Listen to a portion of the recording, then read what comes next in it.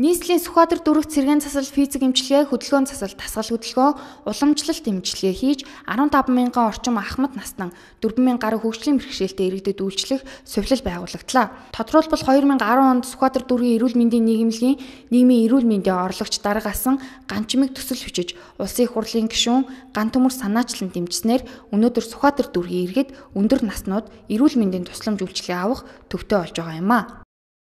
65 ортой, энэс 10 нь бол өдрийн эмчилгээ, 55 нь бол хэвтэн эмчилүүлэх эмчилгээ байгаа. Яг энэ сувилалд бол хэвтэн эмчилүүлэх хүмүүс бол эрүүл мэндийн яамны сайдын 2012 оны 247 тоо тушаадын дагуу сувилалд илгээх бичиг гэж байгаа.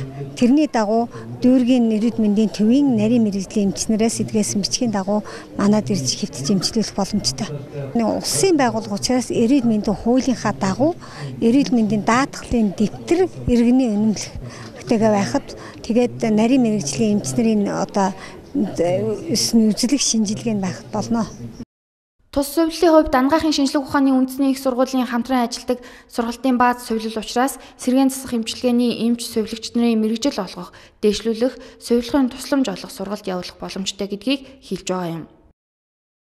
Эрүүл мэндийн төв Хангаахын их сургууль хоёрын хамтын ажиллагаа. Тэр дээрээс нь эмч бэлтгэх, сувиллагч бэлтгэхийн үйл ажиллагаанд бол манай их том бааз суурь.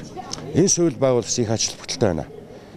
Миний ойлгож байгаагаар энэ дүүрэгт 14,000 өндөр настан 4,000 гаруй хөгжлийн бэрхшээлтэй иргэд байдаг гэсэн ийм тоо авлаа. Тэгээ энэ олон хүмүүс маш хувилуулна. Өнөөдөр манай эрүүл мэндийн тусламж үйлчлэгийн чанар хүртээмж бас тийм сайнгүй байна.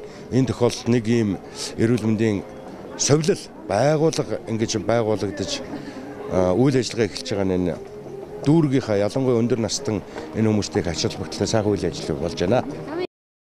Нийтдээ 1.6 тэрбум гаруй төгрөгийн хөрөнгө оруулалтаар байгуулагдаж байгаа тус сувирлын 1.2 гаруй тэрбум нь улсын төсвөөс санхүүжсэн болохыг хэлж байгаа. Мөн дүүргийн орон нутгийн төсвөөр 17 нэр төрлийн 86 сая орчим төгрөгийн тавилгатай болж 21 төрлийн 112 сая төгрөгийн тоног төхөөрөмжтэйгээр үйл ажиллагаагаа явуулах тус сувилалт дэлхийн 100 олон улсын байгууллага 25 нэр төрлийн тавилга хандуулснаа мэдгдлээ.